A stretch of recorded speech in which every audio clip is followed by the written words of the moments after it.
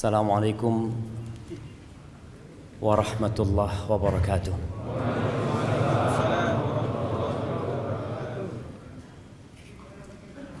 Alhamdulillah alladzi bi ni'matihi tatimmus shalihat. Segala puji bagi Allah Jalla Jalaluh yang karena nikmatnya kebaikan-kebaikan menjadi sempurna, yang karena rahmatnya niat-niat baik hamba dapat terlaksana. Malam hari ini dengan hujan yang cukup deras kita bisa sampai ke tempat ini.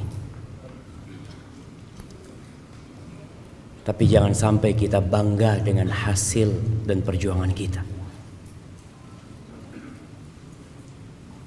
agar letih dan lelah kita itu tidak hilang sia-sia gara-gara kita merasa telah berbuat baik. Allah yang berbuat baik kepada kita, Allah yang menggerakkan hati kita, menguatkan tubuh kita sehingga kita dapat melangkah ke tempat ini.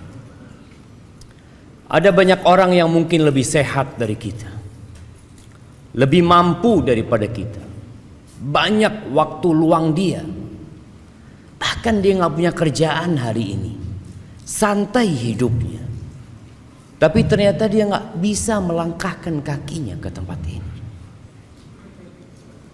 Maka hendaklah kita memuja dan memuji Allah Jalla Jalaluh atas nikmat yang Dia berikan. Oleh karena itu penghuni surga, tatkala mereka masuk surga, mereka tidak membanggakan perjuangan mereka, tapi mereka mengatakan alhamdulillahilladzi hadana lihada wa ma kunna linahtadiya laula an hadanallah. Segala puji bagi Allah Jalla Jalaluh yang telah memberikan hidayah kepada kami, yang kalau bukan karena hidayah Allah nggak mungkin kita bisa merasakan kenikmatan ini.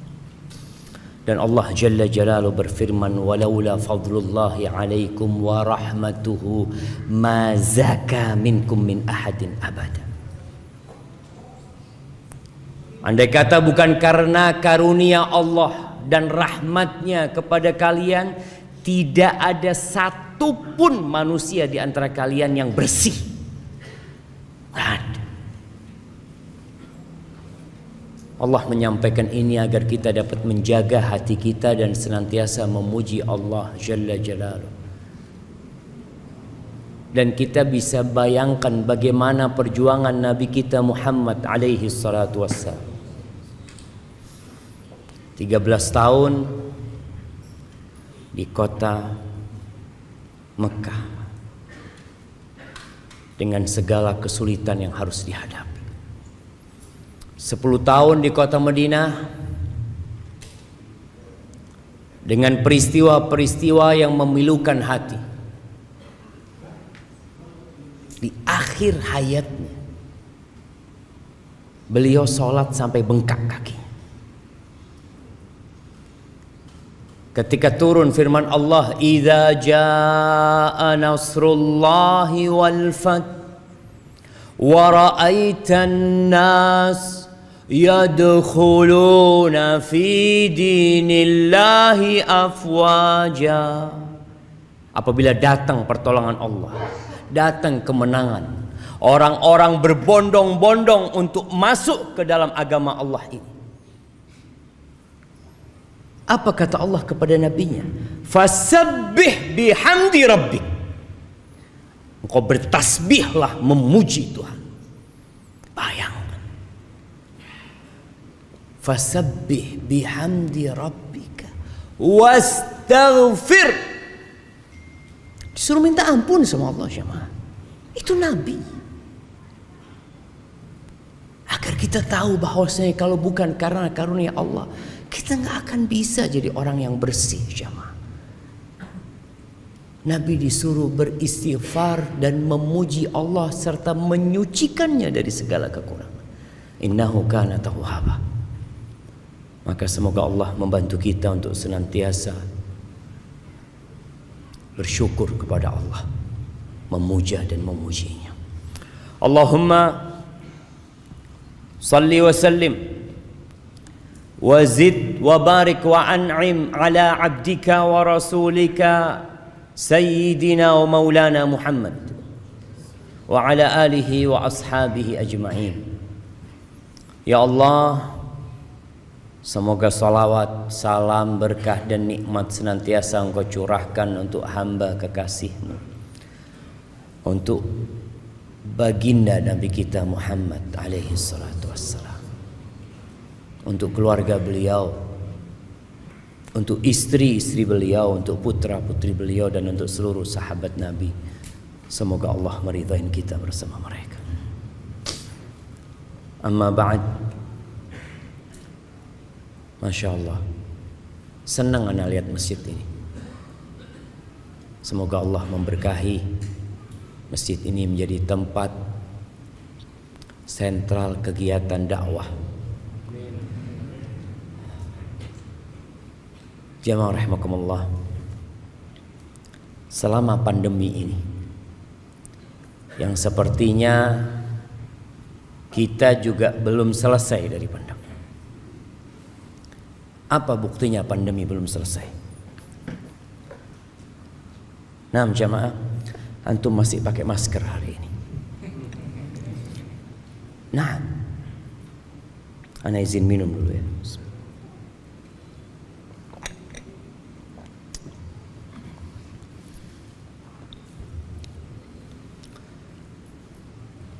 Selama pandemi, di awal-awal ana sering mengikuti jumlah yang terpapar COVID, jumlah yang sembuh, dan jumlah yang mati. Terus ana lihat, padahal sebelumnya ana nggak peduli dengan berapa orang yang mati. Antum peduli dengan berapa penduduk Indonesia yang mati? Enggak ada. Yang cari tahu hari ini berapa ya yang mati di Jakarta. Tapi di masa pandemi ada data yang membuat sebagian orang jadi tahu. Dan ternyata sebagian yang pergi meninggalkan dunia ini keluarga kita. Orang-orang yang kita cintai. Dahulu COVID itu sepertinya jauh, tahu-tahu tetangga kita. Sebagian ada yang orang tuanya, anaknya, saudaranya. Dan ahibati fillah, ketika masa COVID itu sebagian saudara kita, sebagian kerabat kita keluar rumah dan tidak pernah balik ke rumah lagi. Langsung ke kuburan. Sampai kita melihat ada kejadian paksa membawa jenazah itu ke rumah. Udah mati nih orang, udah selesai urusannya dengan dunia, tapi keluarganya masih ingin ngurusin itu jenazahnya. Iya, dia ingin merawat jenazah tersebut dan mengantarkannya dengan layak. Tapi sebagian gak bisa. Ana punya sahabat juga berangkat. Sebelum dia meninggal, dia sempat telepon sama ana. Dia ngomong, Ustaz, kalau ana meninggal dunia, ana minta Ustaz yang nyolatin ana ya. Kata dia. Ana ngomong, insyaallah sembuh antum. Ternyata betul dia berangkat. Dibawa jenazahnya pakai ambulan, gak boleh turun dari ambulan. Kemudian kita mengantarkan jenazahnya, gak boleh kita mendekat dari kuburannya. Allahu Akbar, ada apa syama? Ahibati fillah, ada juga berita-berita yang menyedihkan. Anak-anak bermain-main di sungai Tahu-tahu dia nggak pernah keluar lagi dari sungai itu. Ada yang naik motor dan tidak pernah balik ke rumahnya. Dan ada orang-orang yang sampai hari ini jasadnya pun tidak ditemukan. Gak tahu ada di mana. Tapi yang jelas ada kehidupan setelah kehidupan ini. Itulah yang akan kita bicarakan. Tentang perjalanan setelah kita mati. Kita kemana jemaah? Yang kita dapat lihat dengan kasat mata, orang itu meninggalkan rumahnya. Dapat berapa lama, rumah itu ada tulisan. Apa tulisannya? Dijual. Iya, antum melihat. Rumah dijual. Kenapa? Udah mati orang. Udah jatuh kepada ahli waris. Dapat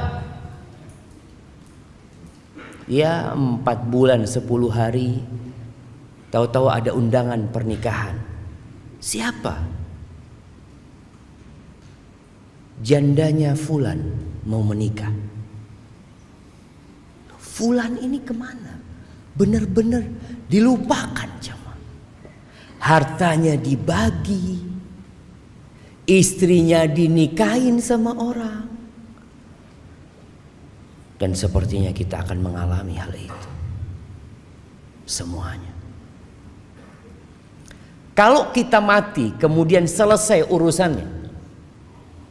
Selesai mati jadi bangkai, selesai sudah. Maka kematian itu akan menjadi tempat peristirahatan. Akan menjadi tempat orang itu santai, selesai sudah urusannya dari beban dunia. Maka sebagian orang kepingin mati aku. Ketika dia sakit parah, dia berpikir ahsan mati. Bagaimana engkau tahu kematian itu lebih baik buat dirimu? Boleh jadi di tempat itu engkau lebih tersiksa.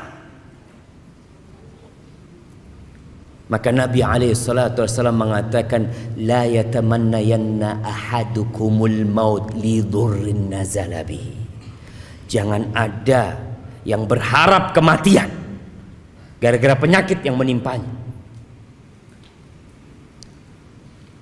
Karena kematian itu hadzimul ladzat, pemutus segala kelezatan. Antum ketika hidup masih bisa menambah 1 kalimat tasbih.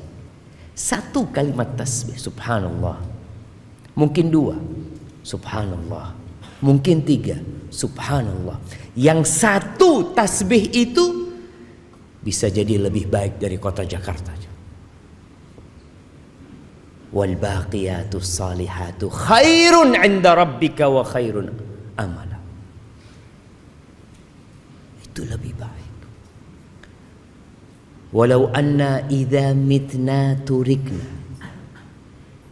lakana al-mautu rahata kulli hayy. Ada seorang yang berpesan dalam bait-bait syairnya mengatakan, andai kata kalau kita mati itu kita dibiarin selesai udah, nggak diapa-apain, maka niscaya kematian itu adalah tempat istirahat buat setiap orang hidup. Walakinna idza mitna bu'itsna. Jadi masalah kita kalau mati, kita akan dibangkitkan kembali dan kita akan ditanyai tentang segala sesuatu. Segala sesuatu jemaah. Kita kadang-kadang dengar berita seorang public figure yang bunuh diri gara-gara dibully.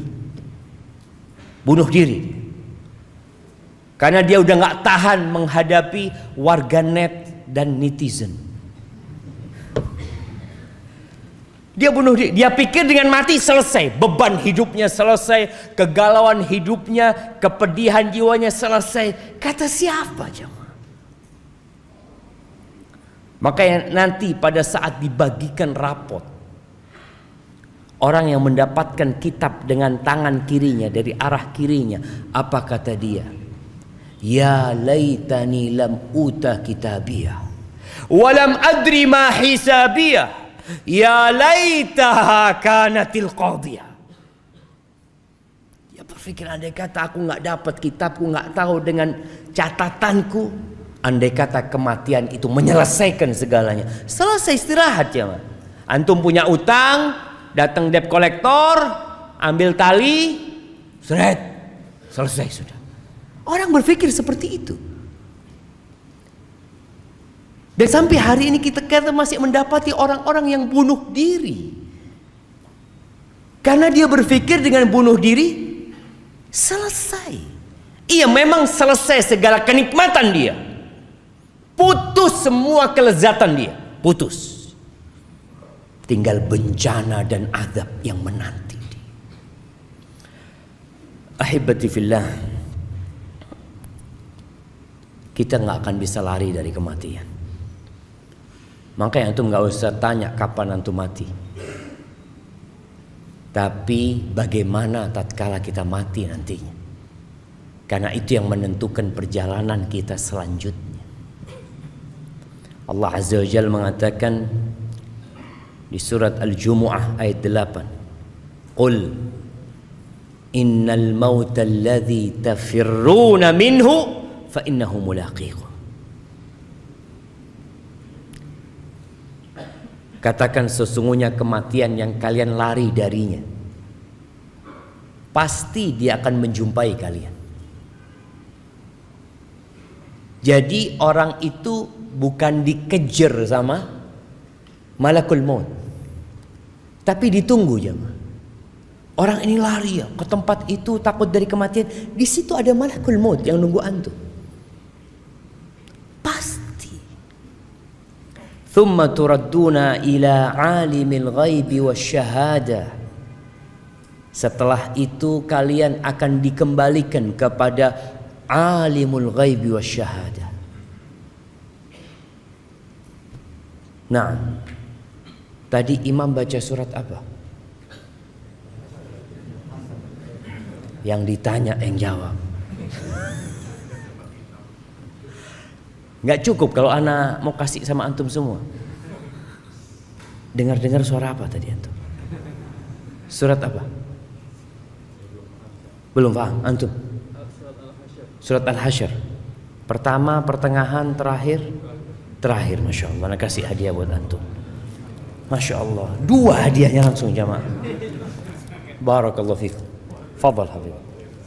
Betul, ini buat hadiah. Kok dilihat sama antum? Soalnya panitia yang lihat kok besar banget hadiah. Nah, antum perlu baca tuh akhir surat Al-Hasyr. Antum perlu baca Al-Quran semuanya. Tapi ada ayat-ayat yang mengenalkan kita tentang Tuhan kita, yang kita nggak pernah berhenti memanggil namanya, agar panggilan kita itu berbobot ketika antum mengatakan ya Allah. Siapa Allah? Antum kenal sama Allah. Masya Allah. Ada apa anda?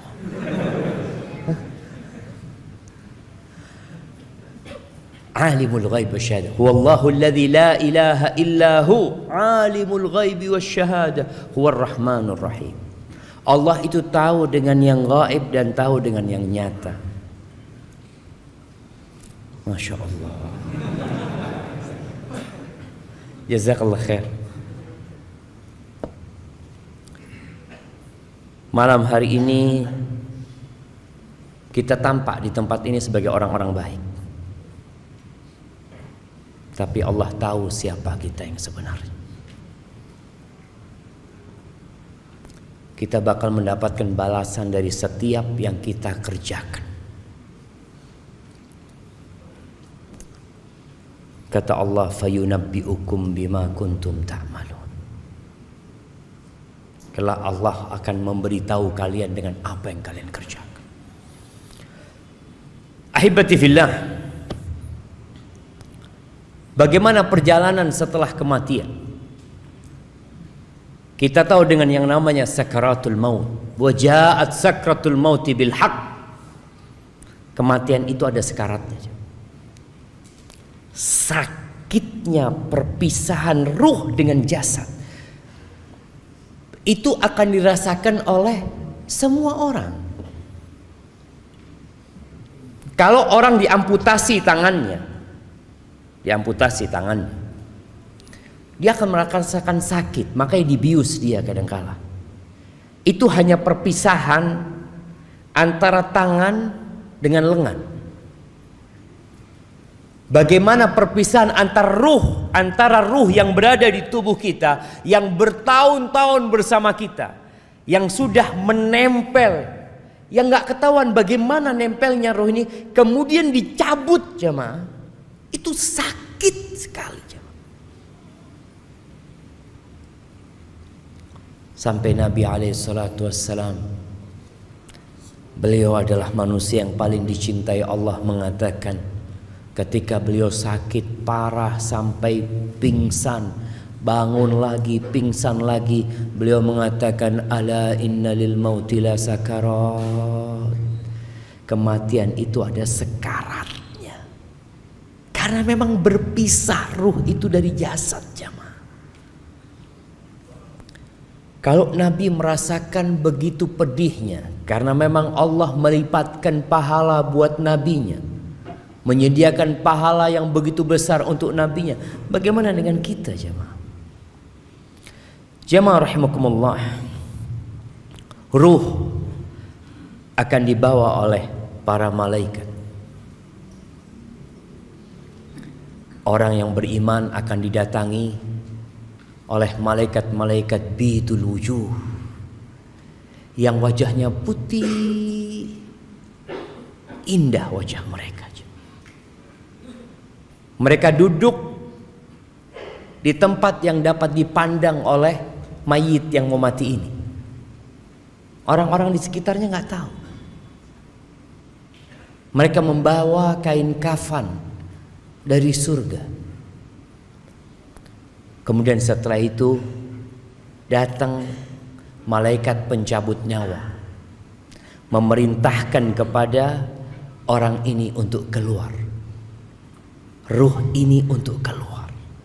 Apabila dia orang yang beriman, maka dia akan keluar dengan mudah. Keluar dengan mudah. Nabi SAW mencontohkan seperti keluarnya air dari mulut teko. Tapi itu sakit. Nabi SAW merasakan sakit. Adapun kalau orang itu orang fajir, maka ruhnya juga akan keluar, tapi dia nggak mau keluar. Ketika diperintahkan keluar, dia berusaha untuk berpegangan dengan jasadnya supaya dia nggak keluar, karena dia disuruh keluar menuju ke azab Allah Azza wa Jalla. Maka Nabi mencontohkan seperti kawat gerigi yang berada di kulit domba yang basah, kemudian dia ditarik sehingga urat-urat itu ikut ketarik. Maka Allah Azza wa Jalla mengatakan, walau tara, di surat Al-An'am ayat 93, walau tara idz zalimuna fi ghamaratil maut wal malaikatu basitu aydihim akhriju anfusakum al yawm tujzauna adzabal hun bima kuntum ta'malun. Andai kata kalian melihat ketika orang-orang zalim itu dalam perjalanan kematian, dia sudah dalam perpisahan dengan kehidupan ini, dan malaikat membentangkan tangannya mengatakan, keluarkan jiwa kalian. Keluarkan jiwa kalian. Keluar kemana? Keluar menuju azab Allah. Hari ini engkau akan mendapatkan azab yang menghinakan. Mungkinkah dia mau keluar jamaah? Sulit dia akan keluar. Tapi orang yang beriman, ketika disuruh keluar, keluar. Tapi tetap perpisahan itu sakit loh jemaah. Sakit. Maka kenapa Nabi SAW sering-sering mengatakan kepada para sahabat, aktsiru dzikra hadhimil ladzat. Banyak-banyaklah kalian mengingat, banyak-banyak mengingat. Kenapa kajian tentang kematian itu harus sering disampaikan? Karena kita lupa. Antum di sini mungkin ingat, iya, keluar rumah melihat ada siomay, oh zen siomay. Udah yang namanya mati lupa sudah. Kadang-kala baca bismillah enggak. Keluar rumah, bertemu dengan keluarga, sibuk dengan acara besok ada meeting ini itu, lupa dengan kematian. Sedangkan mati itu datang mendadak tanpa persiapan dari kita. Apalagi kita berada di zaman yang banyak mati mendadak. Bukan satu orang mati mendadak, satu pesawat mati mendadak. Kita baca berita tabrakan beruntun di tol. Kita baca berita sebuah bis mengangkut anak-anak rekreasi bersama orang tuanya jatuh ke jurang, mati. Kemarin berita kapal laut yang membawa TKI ilegal kemana? Ke Malaysia. Antum bisa bayangin orang-orang yang naik itu. Mereka berpikir, saya mau kerja, insya Allah setahun bayar utang, setahun beli mobil, setahun dia sudah mikir karena dia tahu dengan gaji tiap bulan, ternyata dia nggak pernah muncul dari lautan itu.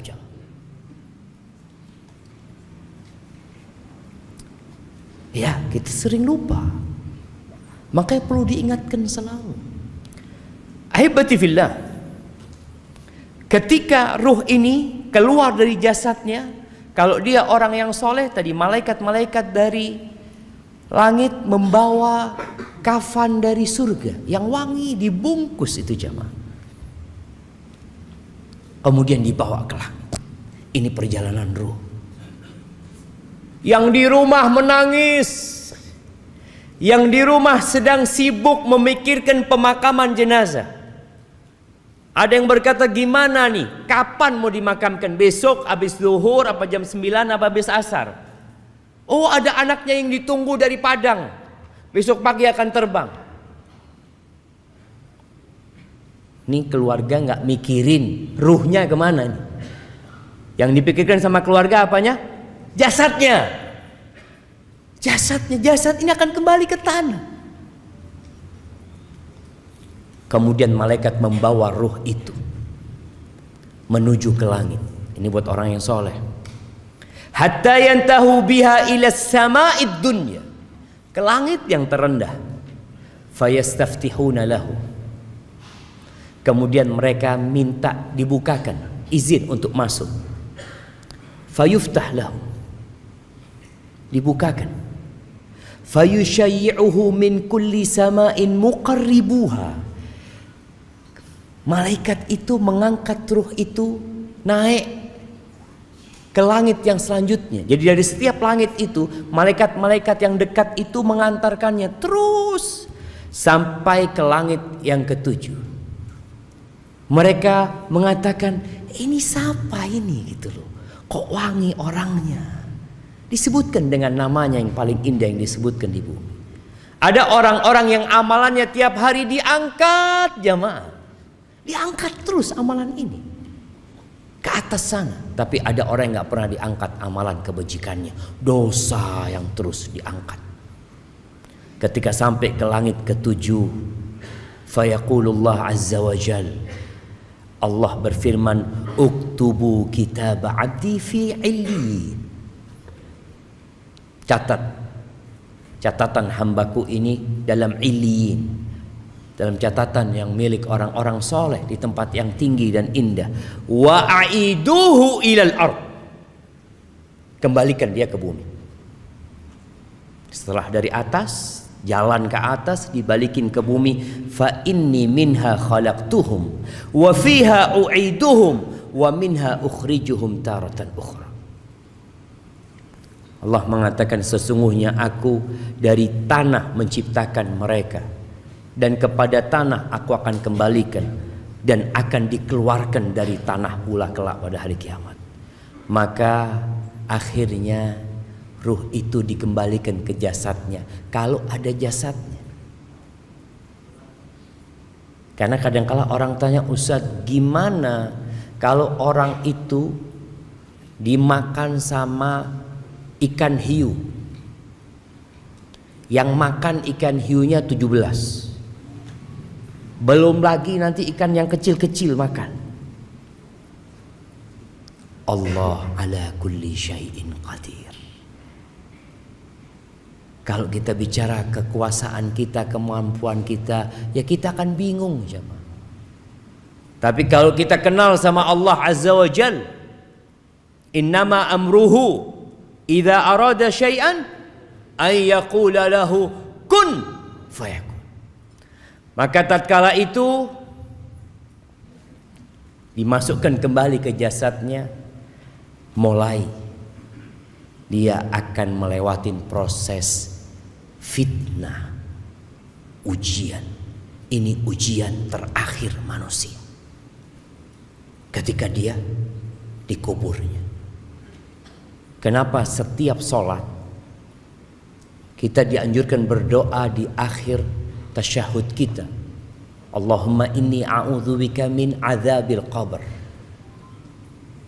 wa min adzabi jahannam wa min fitnatil mahya wal mamat.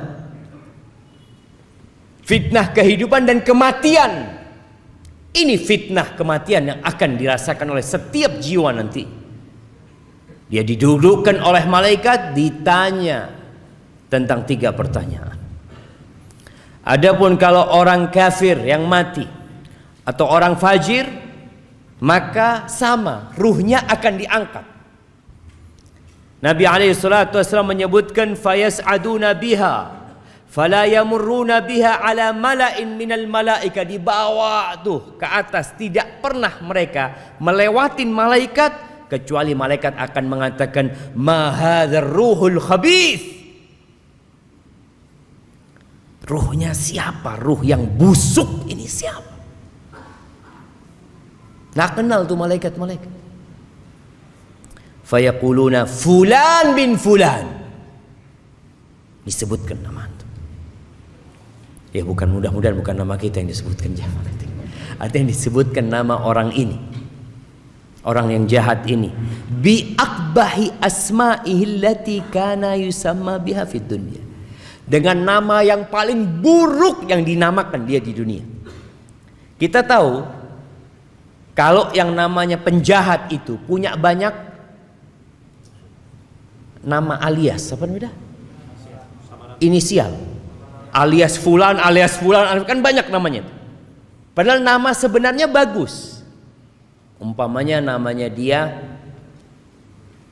siapa? Sirajuddin namanya. Tapi karena dia penjahat, dia nggak pakai nama itu, disebutkan alias fulan. Dia akan dipanggil dengan nama yang paling buruk yang dipanggil di dunia. Kemudian hatta yuntaha bihi ila sama'id dunya, sampai ke langit dunia minta dibukakan, fala yuftahu lahu, nggak dibukakan buat ruh ini. Thumma qara'a Rasulullah SAW, la tufattahu lahum abwabus sama, nggak akan pernah dibukakan buat mereka pintu-pintu langit. Wala yadkhulunal jannah, dan tidak akan pernah masuk surga tuh orang kafir. Masih ada orang-orang yang mengatakan mungkin di surga itu ada orang non muslim, ada orang kafir, fulan. Mungkin iya, orang Islam ada yang mengatakan itu. Kita katakan nggak ada orang kafir di surga. Emangnya ustadz yang punya kunci surga? Emangnya antum juga punya kunci surga, bisa masukkan terserah antum? Antum bisa memasukkan semau antum. Anda mau masukkan fulan. Yang punya surga itu Allah Azza wa Jal.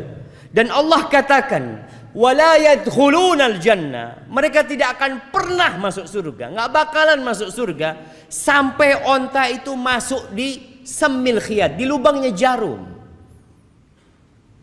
Nggak bakalan. Andai kata mereka datang dengan sepenuh bumi ini emas jemaah, mereka ingin menebus diri mereka. Innal ladzina kafaru wa matu wa hum kuffar falan yuqbala min ahadihim mil'ul ardi dhahaban. Itu orang-orang kafir yang mati dalam kondisi kafir. Yang mati loh jemaah. Kalau yang masih hidup kita doakan semoga dapat hidayah, semoga dia mendapatkan petunjuk. Tapi yang mati dalam kondisi kafir, kata Allah Azza wa Jalla, tidak akan diterima dari mereka sepenuh bumi ini emas. Ana pernah sodakoh ketika hidup segunung Semeru emas, nggak diterima. Jangan Semeru, sepenuh bumi ini emas, tapi karena engkau kafir, nggak bakal diterima sama Allah Azza wa Jalla. Nggak akan dapat menebus dirinya. Sedangkan orang-orang beriman, apa kata Nabi SAW? Ittaqun nar walau bisyiqqi tamrah. Selamatkan diri kalian dari api neraka walaupun dengan setengah butir kurma. Jangan bicara sepenuh bumi ini emas, setengah butir kurma itu dapat menyelamatkan kita dari api neraka, asalkan beriman. Emangnya permintaan Allah berat ya ma? Allah hanya minta qul la ilaha illallah. Allah minta itu. Nabi SAW ketika berdakwah keliling ke pasar-pasar di kota Mekah, ke tempat-tempat perkumpulan orang-orang Quraisy, ke tenda-tenda orang-orang yang sedang haji dari berbagai penjuru Jaziratul Arab. Apa yang Nabi pinta dari mereka? Kemudian beliau membaca firman Allah, "Wa man yusyrik billah faka'annama kharra minas sama fatakhtafu at-tayr." Barang siapa yang melakukan kesyirikan, menyekutukan Allah, maka dia seperti seorang yang jatuh dari langit, kemudian disambar oleh burung. Au tahwi bihi rih fi makanin sahik, atau dibawa oleh angin menuju tempat yang jauh sekali. Kemudian ruhnya dibalikin ke jasadnya lagi, maka dimulai pertanyaan oleh Munkar dan Nakir. Ahibati fillah, ketika ini bicara yang di dunia sekarang, yang sibuk dengan jasadnya, ruh ini sudah melakukan perjalanan, yang di rumah masih sibuk. Sibuk ngapain? Kuburannya belum digali, belum nemu kuburan, masih sibuk mencari tempat untuk memandikan jenazah. Padahal Nabi SAW bersabda, asri'u bil janazah. Dalam hadis riwayatkan Imam Bukhari dan Muslim, asri'u bil janazah. Cepat kalian ngurus jenazah itu, cepat. Udah selesai urusan di hadapan dunia, udah selesai gitu. Kalau nggak ada yang ditunggu lagi, cepat selesaikan. Fa in taku salihatan, kalau jenazah itu jenazahnya orang soleh, fa khairun tuqaddimunaha ilaih, maka itu kebaikan yang disegerakan buat orang ini. Dia akan mendapatkan tempat yang indah nantinya di sana. Wa in taku siwa dzalik, tapi kalau ternyata dia orang yang bukan orang baik, maka fasyarrun tadaunahu an riqabikum, keburukan yang lebih cepat kalian taruh dari pundak kalian, selesaikan. Dan ternyata jenazah ini di alam yang berbeda. Tadi ruh itu hidup, yang mati itu jasadnya. Dalam hadis riwayat Imam Bukhari, Nabi SAW mengatakan, idza wudi'atil janazah, kalau jenazah itu diletakkan, fahtamalaha ar-rijal ala a'naqihim, lalu ditaruh sama lelaki-lelaki di atas pundak mereka. Ana pernah ngangkat jenazah jamaah di Matraman Raya. Matraman dalam ya.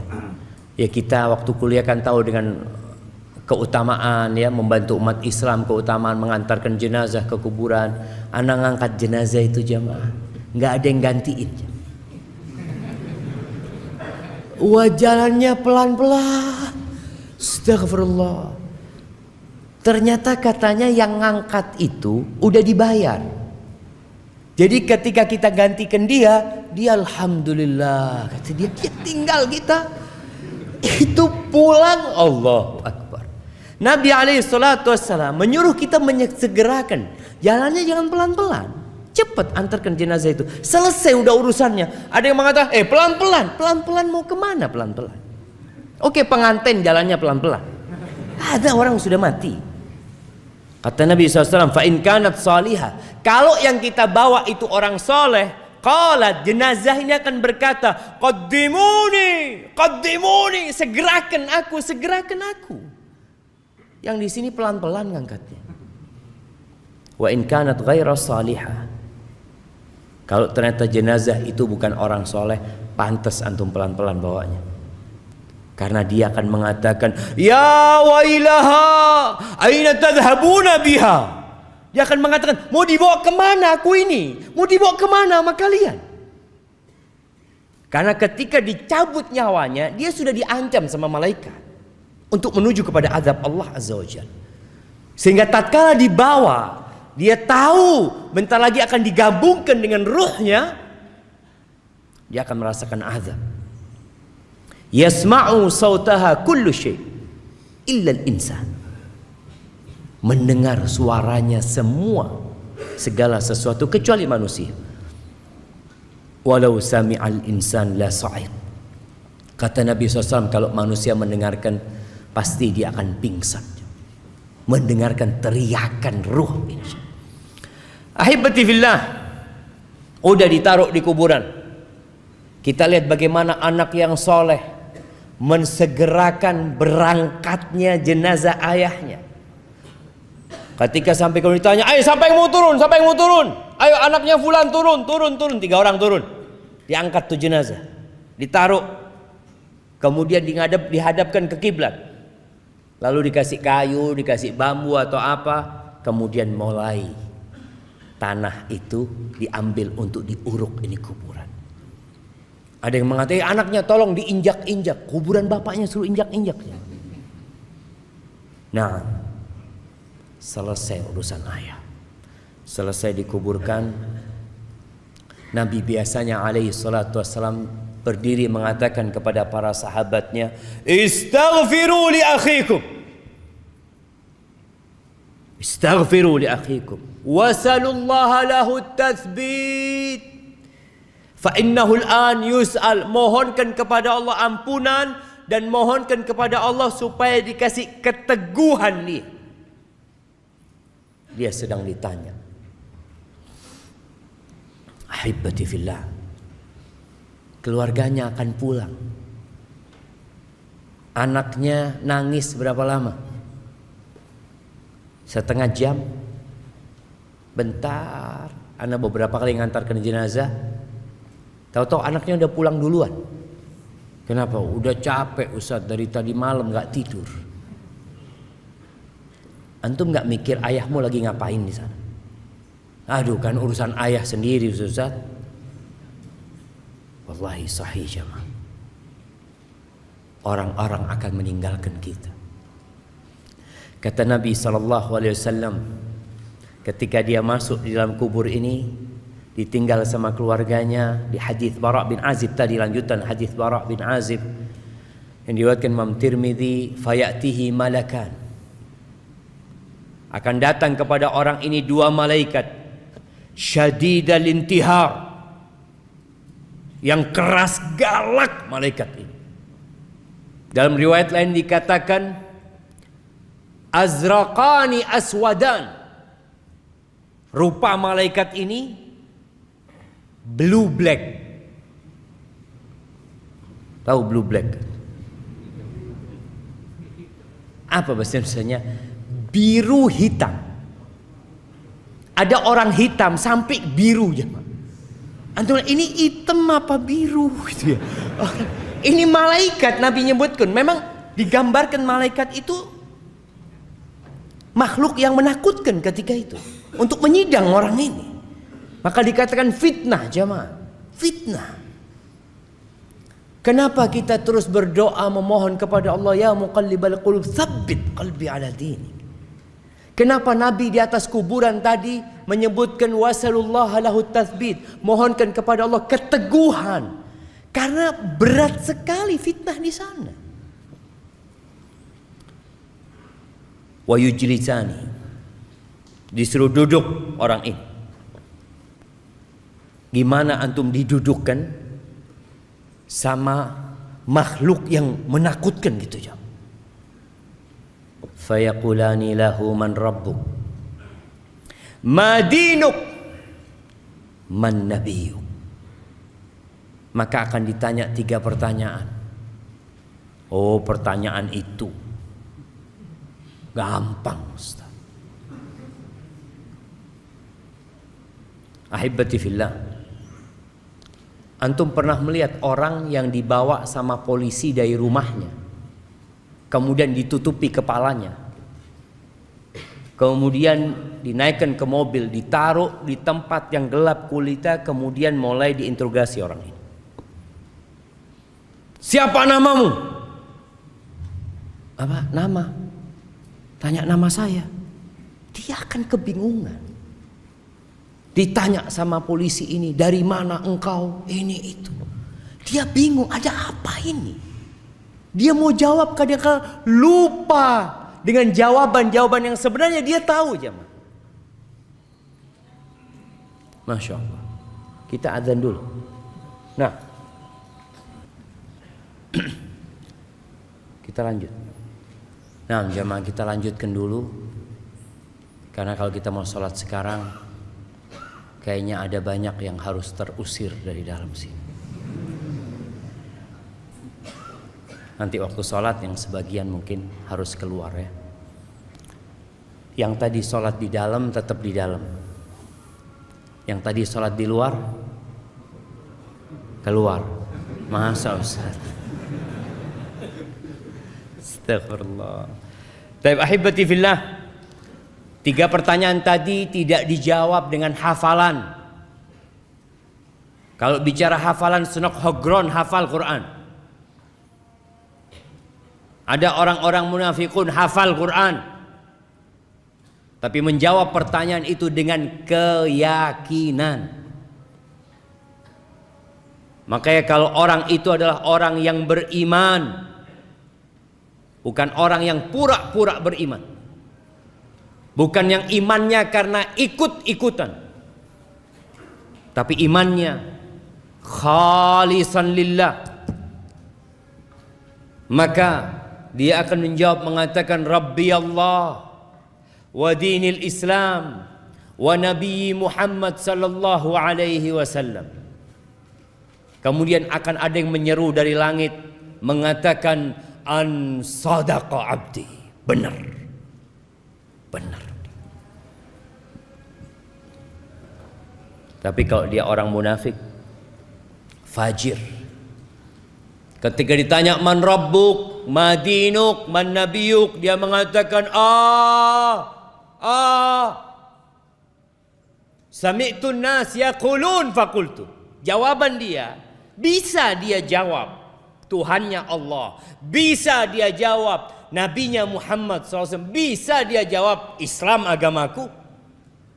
Tapi apa kata dia? Aku mendengar orang mengatakan itu, aku pun mengatakan seperti itu. Orang mengatakan Nabinya Muhammad, ya aku katakan Muhammad. Tanya agamanya apa? Oh Islam. Islam, KTP-nya Islam dia.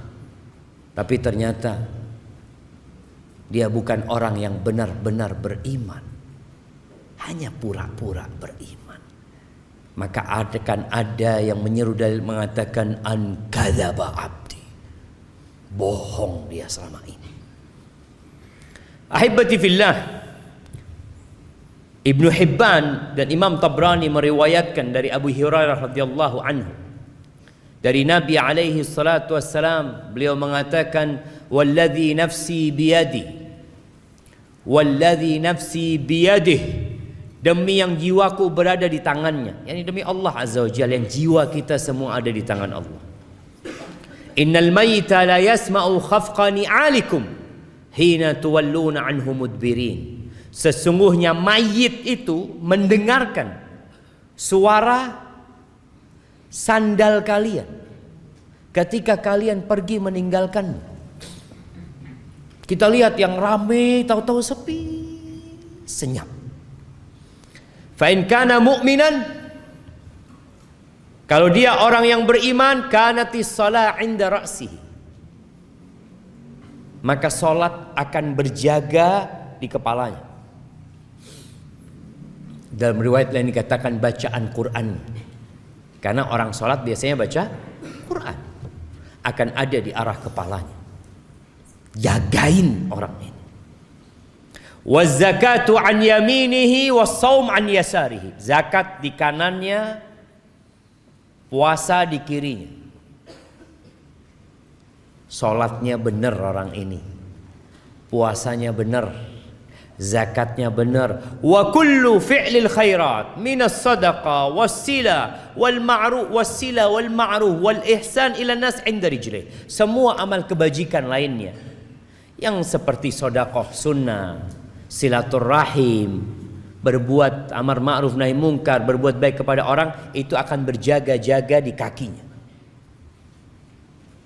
Hari itu semua yang kita kerjakan jamaah akan kita rasakan. Hari ini enggak. Antum datang ke tempat ini capek, lelah, enggak dapat apa-apa loh. Pulang dapat apa antum? Ada pembagian fulus di luar sana? Enggak ada. Yang ada sandal hilang, Ustaz. Terjadi tuh kadang-kala sesuatu, aduh, anak udah niat kajian ikhlas lillahi ta'ala, itu kita datang melaksanakan ibadah. Antum sholat malam 1 jam, antum sholat pagi hari, apa gaji antum bertambah? Enggak. Yang ada ngantuk kadang-kala kita. Ini gara-gara sholat malam ini. Sholat malam disalahkan. Kita ibadah benar jemaah. Makanya orang kadang-kala heran lihat orang Islam berpuasa. Sampai ada cerita kawan di Jepang, dia nggak boleh puasa sama perusahaan tempat dia kerja. Jangan, kata dia, kok nanti sakit. Kata dia, enggak, ini perintah Tuhanku. Apa kata bosnya? Ini aku kasih makanan, Tuhanmu nggak tahu lah, kau makan. Ini orang memang nggak beriman. Kita puasa di dalam kamar, tidak ada satupun yang melihat kita. Kita nggak makan, kita nggak minum, karena kita beriman gitu loh. Maka disinilah bagaimana zakat di kanan, puasa di kiri, jagain orang ini. Keluarganya udah pulang, harta yang dia kumpulkan juga sudah dibagi mungkin. Tapi hanya amalan yang kata Nabi SAW akan menemani di kuburan. Dan Nabi sebutkan secara spesifik amalan ini ada di mana. Menjagain orang ini. Fayu'ta min qibali ra'sih. Didatangin dari arah kepalanya, mau diadab orang ini, mau disiksa. Apa kata salat? Ma qibali madkhal. Nggak bisa, dari arahku nggak ada cara masuk dari arahku. Salatnya lengkap ya ma. Tapi gimana dengan yang sholatnya cuma Jumatan doang? Ini orang sholatnya lengkap. Kata dia, nggak ada pintu masuk dari arah aku, nggak bisa. Wa yuta an yamini, dari kanan datang. Maka zakat mengatakan nggak ada. Orang ini selalu membayar zakat. Kata dia, nggak ada. Masuk dari tempatku nggak bisa. Dari yang lain mungkin bisa, tapi dari sini nggak bisa. Dia memang jaga di sana. Datang ke kanan, masya Allah. Puasanya belain orang ini. Ada sebagian orang yang rajin zakat tapi nggak puasa. Kita juga melihat ada orang yang puasa Ramadan tapi nggak sholat. Kalau waktu berbuka, masya Allah, buka bersama kita, insya Allah. Waktu sholat maghrib, aduh, anak pulang duluan. Ada orang nggak sholat ya man. Maka engkau akan lihat dari mana engkau akan disiksa. Kemudian datang dari arah kirinya, arah kakinya, semua amal soleh. perbuatan baik kepada manusia akan mengatakan ma qibali madkhal, nggak ada tempat masuk dari tempatku. Fayuqalahu ijlis, dia katakan duduk engkau sekarang. Udah, malaikat ini nggak bisa nyiksa orang ini. Lalu diperintahkan untuk duduk. Fayajlis, duduk. Ini di alam barzakh. Yang tadi kita bicarakan keluarganya ini mungkin anaknya sudah tidur, istrinya udah capek semua. Nih orang belum selesai urusan. Kemudian orang ini duduk. Qad muthilat lahu syamsu qabl danat lil ghurub. Digambarkan kepada orang ini di alam sana ada matahari yang sedang mau tenggelam. Apa kata Nabi SAW? Orang ini tanya lagi, akhbirna amma nas'aluk. Kita mau tanya sama engkau jawab pertanyaan kami. Apa kata orang ini? Da'ni hatta usalli. Tunggu dulu, aku mau sholat dulu, kata dia. Karena dia orang yang rajin sholat. Ketika lihat matahari mau tenggelam, dia tahu belum sholat, dia kata dia. Biarkan aku mau sholat dulu, mau sholat asar mungkin dia. Pikiran dia, ini orang kalau sudah cinta dengan sholat, dia tidak akan pernah berpikir meninggalkan sholat. Fayuqal innaka sataf'al, engkau akan sholat bentar lagi kata malaikat ini, tapi jawab dulu pertanyaan kami. Lalu orang ini mengatakan, wa amma tas'alunani, apa yang kalian hendak tanyakan?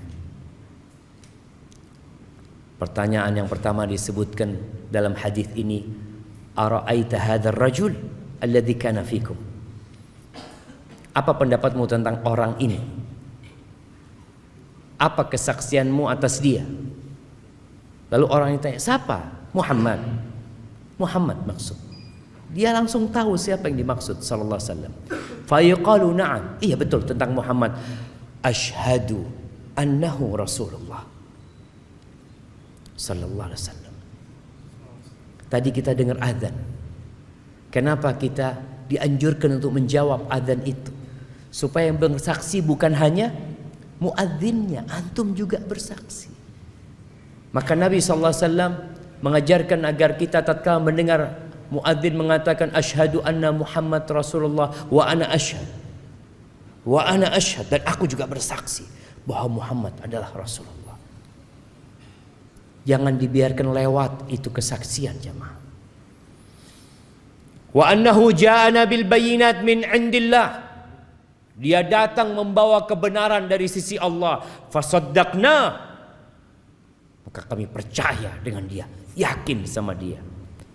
Fayuqalu lahu ala dzalika hayy, di atas itu engkau hidup dan di atas itu engkau mati. Wa alaihi tub'atsu insyaallah, dan engkau akan dibangkitkan di atas kalimat itu juga, kesaksian itu. Adapun kalau orang-orang munafik tadi kita sudah sebutkan bagaimana dia menjawab. Malaikat akan mengatakan kepada la darait wala talaut, engkau enggak tahu, engkau enggak belajar, engkau enggak baca, hidup hanya ikut-ikutan saja. Maka akan ada yang menyeru dari langit mengatakan hambaku ini telah berdusta. Ahibati fillah, selesai pertanyaan, Allah Azza wa Jalla memberikan sebuah karunia kepada orang yang soleh ini. Apa? Ada yang menyeru dari langit mengatakan hambaku telah jujur benar, fa'afrishuhu minal jannah, kasih dia permadani dari surga. Kadangkala ada kuburan yang kita lihat becek. Musim hujan ini sampai pakai pompa air ngeluarkan air. Kadangkala kering dikit langsung dimasukkan itu jenazah, udah selesai sudah. Tapi kalau dia orang soleh, setelah pertanyaan selesai, hamparkan bagi dia permadani dari surga. Wa albisuhu minal jannah, berikan pakaian dari surga. Waftahu lahu baban ilal jannah, bukakan bagi dia pintu ke surga. Maka dibukakan di kuburnya itu, dibukakan pintu sehingga datang aroma surga, wanginya surga, dan kuburnya kata Nabi SAW, wa yufsahu lahu fi qabrihi madda basarih, Kuburnya diluaskan sepanjang dia memandang. Karena apa? Karena kuburannya ada di kuburan yang mahal di Jakarta? Sandiaga.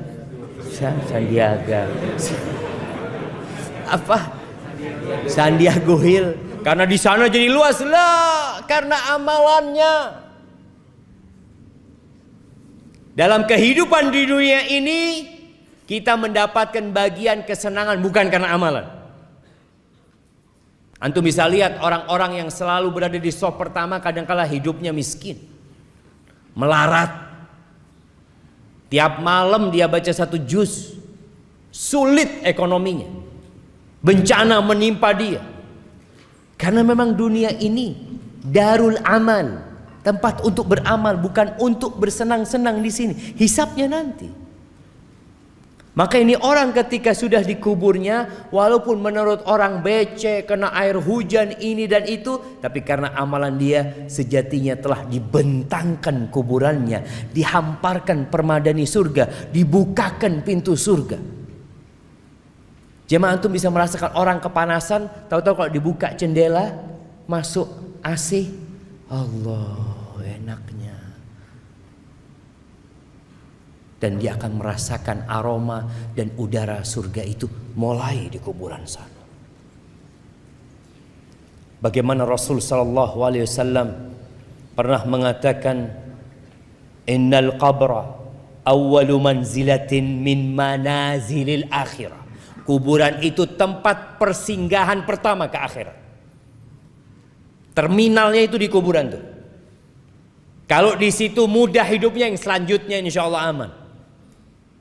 Tapi kalau sudah di sana nggak benar, yang selanjutnya akan lebih berat. Kemudian ya namanya orang kalau sendirian, walaupun tempatnya luas nyaman, tetap kesepian. Antum bisa rasakan. Antum dikasih rumah luasnya 500 meter persegi. Kamarnya ada 17. Antum sendirian jemaah. Kira-kira gimana perasaan antum di sana? Kayaknya ahsan ana di gubuk reot tapi sama sohib-sohib. Ada kawannya. Maka Allah memberikan kawan kepada orang ini. Wa yatihi rajulun hasanul wajhi. Datang kepadanya seorang dengan wajah yang indah. Hasanul thiyab, pakaiannya bagus, thayyibur ri, aromanya wangi. Lalu tiba-tiba orang ini mengatakan, absyir billadzi yusurruk. Bergembiralah engkau dengan yang menyenangkan hatimu. Hadza yaumuka alladzi kunta tu'adu. Ini hari yang engkau dikasih janji. Kita semua dikasih janji sama Allah, Allah akan kasih balasan sama kita. Allah tidak pernah ingkar janji. Dan itu hari pertama Allah menepati janjinya, akan adanya pahala yang sudah Allah jelaskan. Allah menepati janji di dunia dan menepati janji di akhirat. Tapi ini dalam kehidupan akhirat. Ini hari yang engkau telah dijanjikan. Akan adanya hari kebangkitan nantinya, dimulai dari sini. Kemudian orang ini tanya, ya Allah, mudah-mudahan kita yang mengatakan itu. Man anta? Kamu siapa ya? Gak kenal orangnya. Fawajhukal wajhul ladzi yaji'u bil khair. Wajahmu wajah orang yang membawa kebaikan, kata dia. Karena dia gak kenal, kata orang ini, ana amaluka saleh. Aku amal solehmu. Fayaqul rabbi aqimis sa'ah.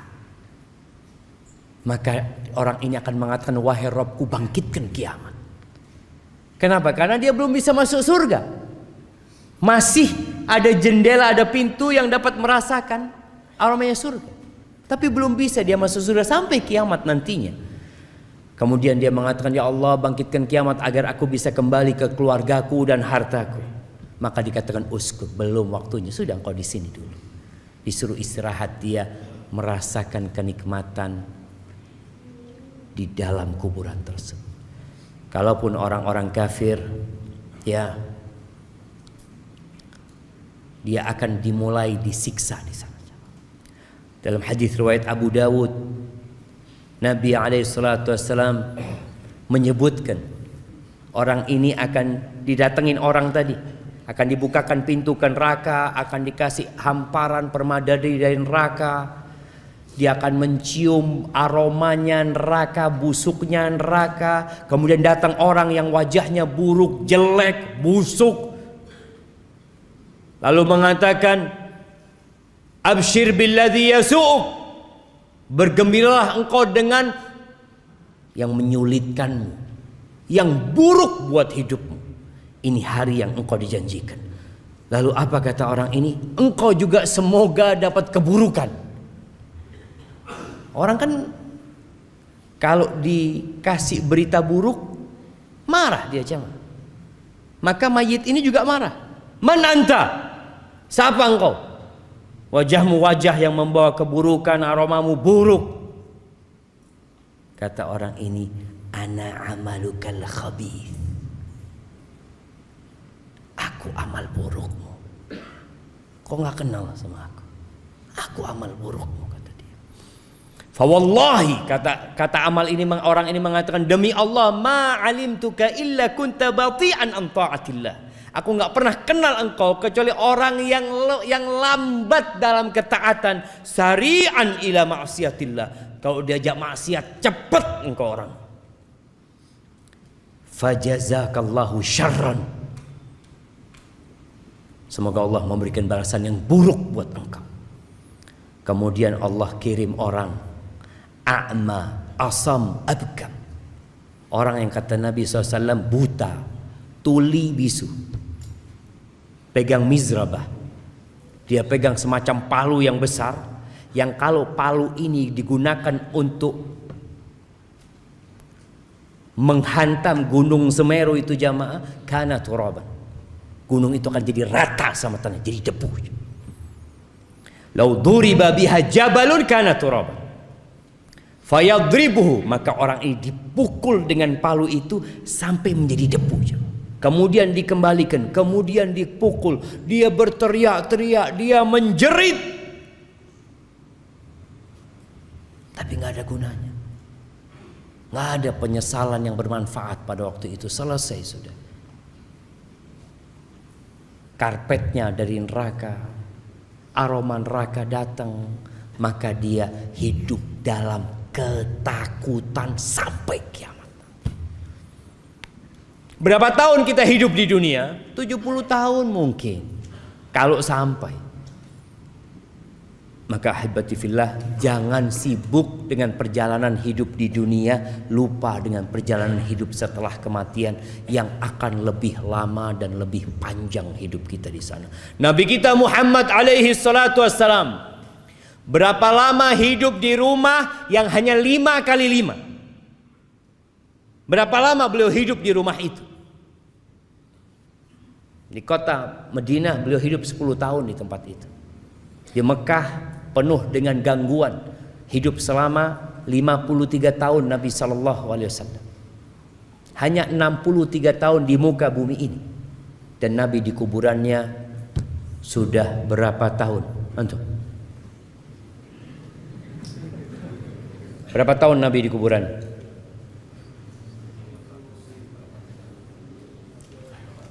Seribu 340.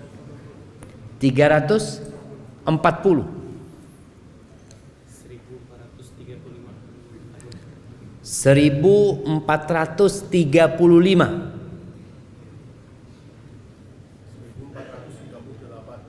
1438. Kapan Nabi mati? Ngitungnya itu dari tanggal Nabi meninggal dunia. Nah, 1380. Ya, hampir benar. Belum benar. 1433. Sekarang tahun berapa? Tahun berapa? Sekarang 1443.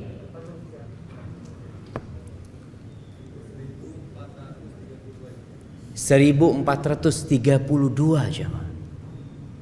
Nabi meninggal tahun 11 Hijriah. 1443 dikurangin 11 berapa? 32. Bener, nggak nyontek kan tuh? Kasihkan ke belakang. Oh, Masya Allah. Barakallahu fikum. Beliau sudah hidup di kuburannya 1432 tahun. Mana yang seharusnya kita pikirkan? Perjalanan yang mana? Ketika antum tahu mau melakukan perjalanan 2 hari, antum akan bawa bekal buat 2 hari itu. Kemudian dikatakan insya Allah 2 hari di sini, 2 tahun di sana. Mana yang antum akan pikirkan? Yang 2 hari ya secukupnya lah. Ana harus simpen untuk yang 2 tahun di sana. Barakallahu fikum. Udah selesai. Baik, ahibati fillah, itu yang dapat ana sampaikan. Mungkin masih panjang perjalanan setelah kematian itu. Mudah-mudahan suatu saat kita bisa lanjutkan. Di tempat ini ana akan bacakan beberapa pertanyaan. Bagaimana mentalkin yang benar dan sesuai syariat bagi orang yang sakaratul maut? Iya. Dia dibimbing untuk mengatakan la ilaha illallah. Qul la ilaha illallah. Katakan la ilaha illallah. Ketika dia sudah mengatakan, diam antum. Sampai dia berbicara ini dan itu baru diulangin lagi. Karena ada orang yang disuruh terus qul la ilaha illallah, la ilaha illallah, baca lagi la ilaha illallah, la ilaha, baca lagi. Dia mau mati dia itu nggak bisa. Capek-capek orang itu. Ketika dia mampu mengatakan la ilaha illallah, sudah dicukupkan. Kecuali dia ngomong yang lain. Bagaimana dengan orang yang sadar nggak sadar? Ya diingatkan. Ketika kelihatan dia sadar, Bapak baca la ilaha illallah ayah. Tapi kita kadang-kadang nggak tahu Ustaz, ayah ini sadar apa enggak Ustaz. Sudah kau bacakan itu, semoga dia sadar. Nanti berapa lama kita sampaikan lagi seperti itu agar dia mengatakan la ilaha illallah. Bagaimana cara agar kita berkumpul di surga bersama keluarga? Allah Azza wa Jalla mengatakan walladzina amanu wattaba'athum dzurriyyatuhum biimanin alhaqna bihim dzurriyyatahum wama alatnahum min amalihim min syai'.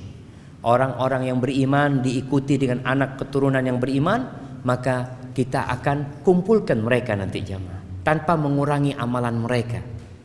Kadang-kala kan bapaknya umpamanya ya belum terlalu soleh lah, sholatnya cuma 5 waktu ya, kadang-kala masih banyak berbuat dosa, tapi anaknya Masya Allah imam, anaknya ini orang yang banyak kebaikan. Di akhirat gimana? Mungkin gak kumpul sama bapaknya, mungkin Allah kumpulkan sama orang tuanya. Boleh jadi diangkat derajat orang tuanya bersama anaknya, diangkat yang lebih tinggi, atau mereka saling berkunjung di antara mereka. Maka berusaha untuk menanamkan keimanan di diri keluarga kita.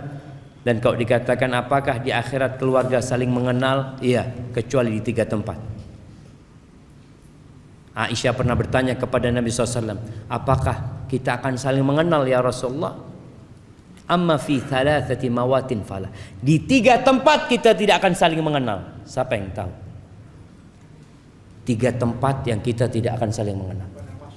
Iya, di padang mahsyar itu ada 3 lokasi yang kita tidak saling mengenal.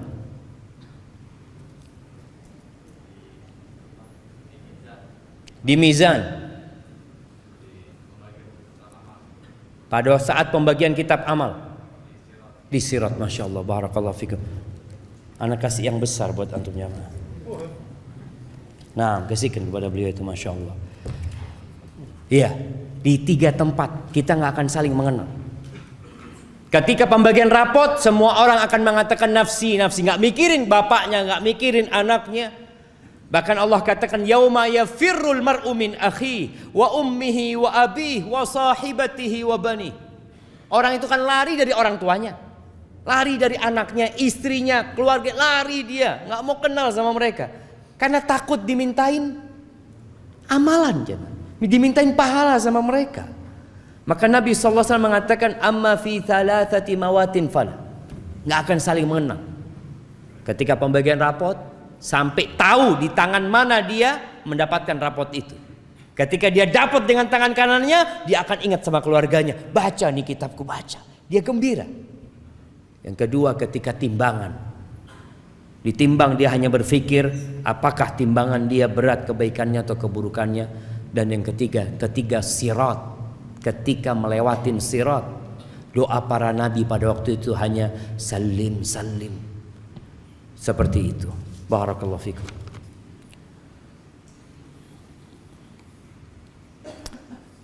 Ana izin minum dulu jemaah. Bismillah.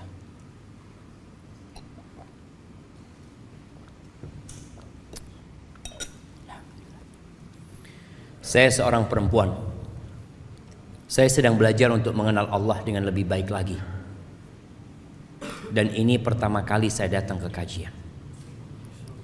Masya Allah, saya senang sekali dengan temanya. Ustaz, saya mau bertanya, di mana letak keadilan Allah? Dan setelah hari kiamat, apakah kita bisa kembali melihat atau bertemu orang tua kita yang sudah meninggal dunia? Ahibati fillah, kalau bicara keadilan Allah, Allah itu adil dalam urusan dosa. Yang berbuat satu dosa dibalas satu. Fajaza'u sayyi'atin sayyi'atun mithluha. Tapi kalau bicara bicara kebaikan, Allah itu fadl, memberikan kelebihan. Makanya baca satu huruf, Allah lipat gandakan 10 kebaikan. Antum sedekah 1 juta, Allah bisa catat 700 kali lipat. Tapi antum berbuat satu dosa, nggak mungkin ditulis 2. Nggak mungkin.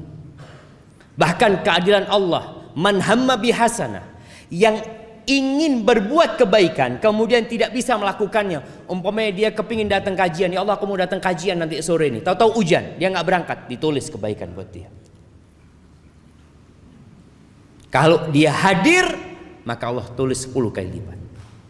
Wa man hamma bi sayyi'ah falam ya'malha, yang ingin berbuat dosa kemudian dia urungkan, ditulis kebaikan. Ini karunia.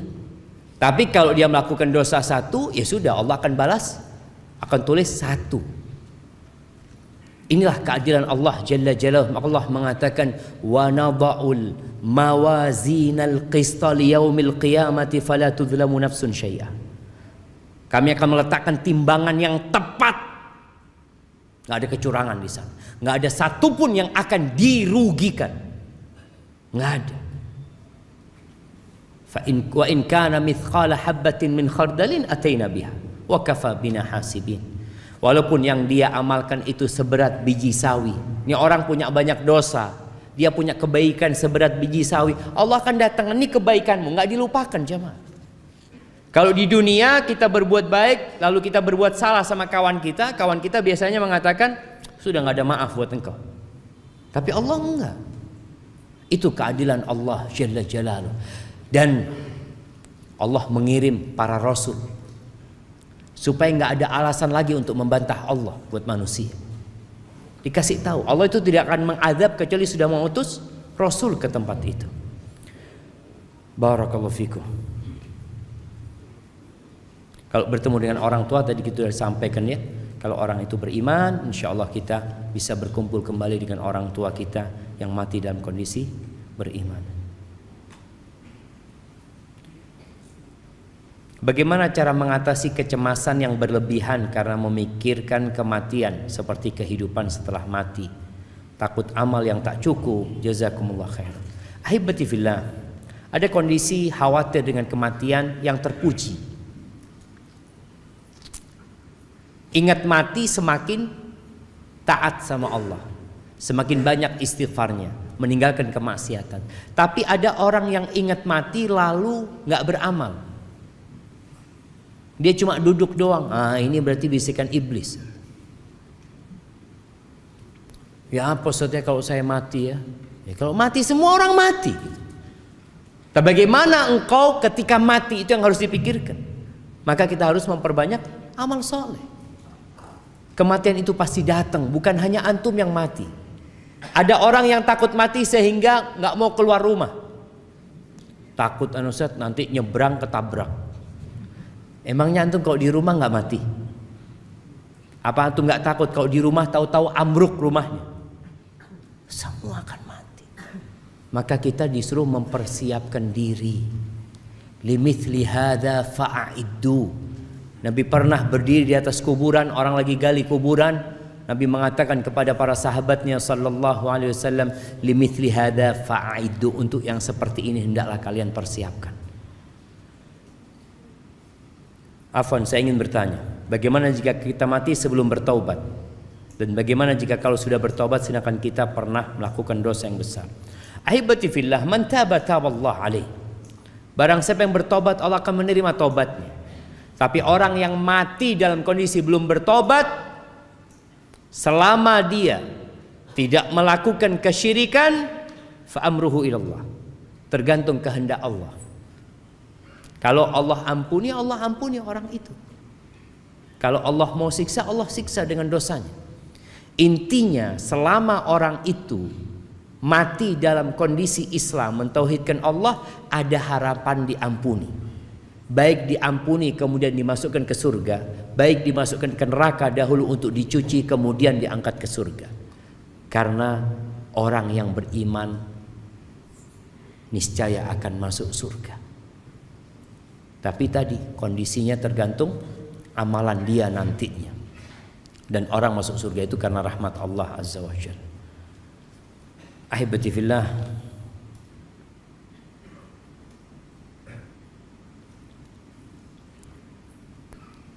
perjalanan setelah kematian kita bahas untuk manusia. Bagaimana jika untuk binatang yang telah mati, Ustaz? Kenapa antum bingung sama binatang antum? Misalnya ana penyayang hewan kucing. Apa sama jika kucing atau hewan lainnya mati, kemana selanjutnya? Ahibati fillah, untuk binatang, ya udah jadi tanah dia jadi tanah. Tapi nanti pada hari kiamat akan dibangkitkan binatang-binatang itu untuk ditegakkan keadilan buat mereka. Ini tadi ada pertanyaan, bagaimana keadilan Allah? Allah akan tegakkan keadilan kepada binatang-binatang. Sampai kata Nabi SAW, Allah akan memberikan hak kisos, hak membalas pada hari kiamat buat kambing yang gak bertanduk, yang ditanduk sama kambing yang bertanduk. Sampai binatang yang melakukan kedoliman kepada binatang lain. Beda kalau singa makan kambing, bukan dolim, karena Allah memang nyuruh dia makan itu gitu. Tapi ini yang antara sohib, ya kambing-kambing kadang kala mereka temennya lagi duduk-duduk tahu-tahu diseruduk gitu ya. Ini akan ditegakkan keadilan. Naam, Nabi SAW menyebutkan itu. Kemudian Allah mengatakan kepada mereka, kunu turaban, jadilah kalian tanah.